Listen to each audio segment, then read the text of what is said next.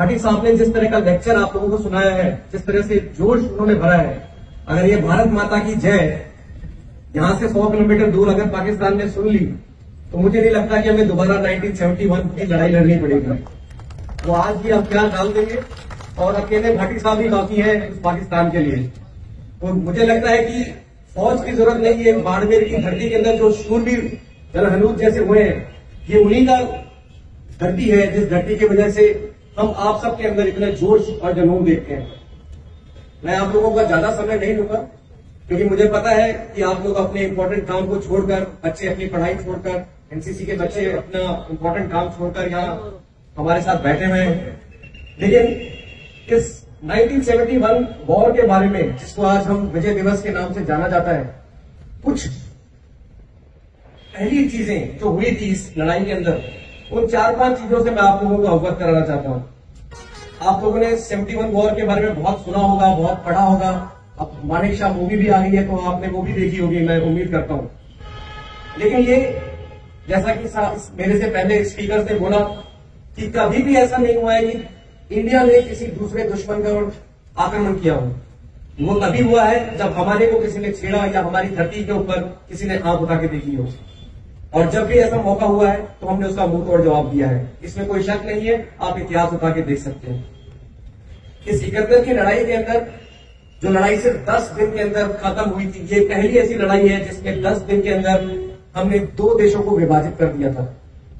और ये पहली बार है कि इसमें किसी भी देश का कोई लालच नहीं था। जैसा कि पहले बताया कि जीतने के बाद भी हमारे पास ऑप्शन था कि हम बांग्लादेश को भारत बना देते, लेकिन ऐसा नहीं हुआ क्योंकि ये लड़ाई एक देश को उसकी आजादी, उसके नागरिक को उनका इंडिपेंडेंस और उनके अधिकार को दिलाने की थी। इसीलिए जीतने के बाद भी हमने वो देश बांग्लादेश बनने दिया और उसका भारत का हिस्सा नहीं बनाया। ये हमारी सरकार और हमारी फौज के लिए बहुत ही गर्व की बात है। ये पहली बार था जिसमें एयरफोर्स, नेवी और जैसे कि बताया गया कि बीएसएफ, हर किसी सर्विसेज ने मिलकर पार्ट लिया। क्योंकि आप समझ सकते हैं कि एक तरफ वेस्ट में पाकिस्तान था और एक ईस्ट में पाकिस्तान था, बीच में नदी थी और पीछे समुद्र था। तो कोई मतलब नहीं था कि सिर्फ अकेली फौज इस लड़ाई को अंजाम दे पाती। तो ये एक पहली बार ऐसा मौका हुआ था। उसके बाद से ये मौके कंटिन्यू चल रहे हैं, लेकिन पहली बार ऐसा मौका हुआ था कि देश की जितनी भी शक्ति थी वो एकजुट होकर इस लड़ाई को लड़ी और इसको अंजाम दिया गया। साथ ही जो 92,000 हमने पाकिस्तान के सोल्जर्स को हथियार दिलवाए थे, ये भी पहली बार हुआ कि उनको हमने अपने जवानों से अच्छा ट्रीटमेंट दिया, क्योंकि ह्यूमन राइट के हिसाब से उनको ट्रीटमेंट देना था। और आज अगर वो पाकिस्तान में हैं तो हमारे ही वजह से हैं। और वो भी यही बोलते हैं कि काश हम इंडियन आर्मी में होते। तो ये हमारी इंडियन आर्मी की बहुत बड़ी बात है कि हम जब दुश्मन से लड़ते हैं तो दुश्मनी भी निभाते हैं और दोस्ती भी निभाते हैं, क्योंकि ह्यूमन राइट के हिसाब से हमें उनको सोल्जर की तरह ट्रीट करना था, वो हमने किया। और लास्ट जो ये लड़ाई जीतने के बाद एक फोटोग्राफ आप लोगों ने बहुत बार देखी होगी, जिसमें जगजीत अरोड़ा और बुनियादी खान बैठकर सरेंडर सर्टिफिकेट साइन कर रहे हैं। ये इतिहास में फोटोग्राफ मुझे नहीं लगता किसी और देश के पास होगी।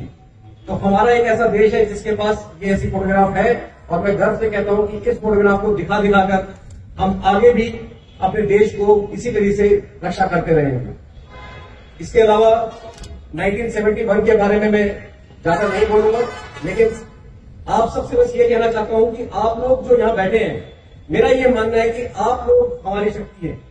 अगर आप लोग नहीं होते तो जो आपके भाई हैं, जो आपके भाई लोग देश में सेवा कर रहे हैं, या जो आप बहनों का रोल कर रही है, माताओं का रोल कर रही है, मैं सबको शामिल करता हूं कि आप सबकी वजह से ही फौज है और फौज की वजह से ही हम पूरा देश है। ये लड़ाई जो 1971 की थी वो जीती इसीलिए गई क्योंकि पूरे देश हमारे साथ था। और जैसा कि भाटी साहब बता रहे थे कि माताएं हमारे लिए दूध, रोटी, सब्जी सब लेकर आती थी, वो तभी संभव है जब ऐसी देशभक्ति के जवान और हमारे देशभक्त के लोग हमारे सामने बैठे हों। तो मैं धन्यवाद करना चाहता हूं और मैं चाहता हूं कि एक बार आप सब मिलकर अपने लिए ताली बजाएं, अपने देशवासियों के लिए बहुत सारी ताली बजाएं। अंत में मैं मेरे दाहिने बैठे बच्चे जो एनसीसी से हैं और स्कूल से आए हुए और नर्सिंग डिपार्टमेंट से भी हैं, तो मैं सबको अपनी तरफ से धन्यवाद देना चाहता हूं। और बहुत अच्छा लगता है, मैं अभी साहब से बात कर रहा था CO 74 आर्मर्ड रेजिमेंट से, कि आप लोगों के अंदर मैं अपनी झलक देखता हूं। कुछ समय पहले था, 20 साल पहले मैं उधर बैठता था और मैं NCC में था उस टाइम पे, तो मैं देखता था कभी मुझे इधर आने का मौका मिलेगा।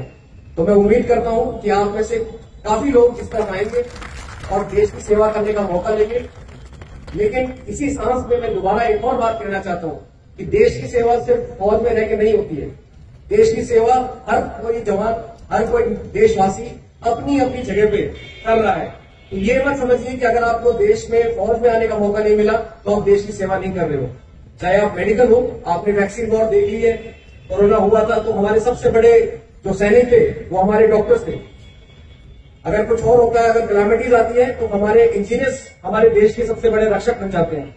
तो जिस फील्ड में आप जा रहे हैं, मैं आपके माता पिता अगर यहाँ पर है उनसे उम्मीद करता हूं और ये आशा करता हूं कि बच्चा जिस स्ट्रीम में जाना चाहता है उस स्ट्रीम में उसे जाने दिया जाए। देश की सेवा हर स्ट्रीम में की जा सकती है और इसलिए अपने सपनों का पीछा कीजिए, एक बताए हुए रास्ते में ना चलिए, जो आपका सपना है उसको पूरा कीजिए और आप सफल होंगे उस चीज के लिए। अंत में मैं भाटी साहब की तरह इतना जोश तो शायद आप लोगों में ना भर पाऊं, लेकिन कोशिश जरूर करना चाहूंगा कि मेरे साथ आप लोग 3 बार भारत माता की जय पुकारेंगे। माता की, भारत माता की, भारत माता की। जय हिंद, धन्यवाद।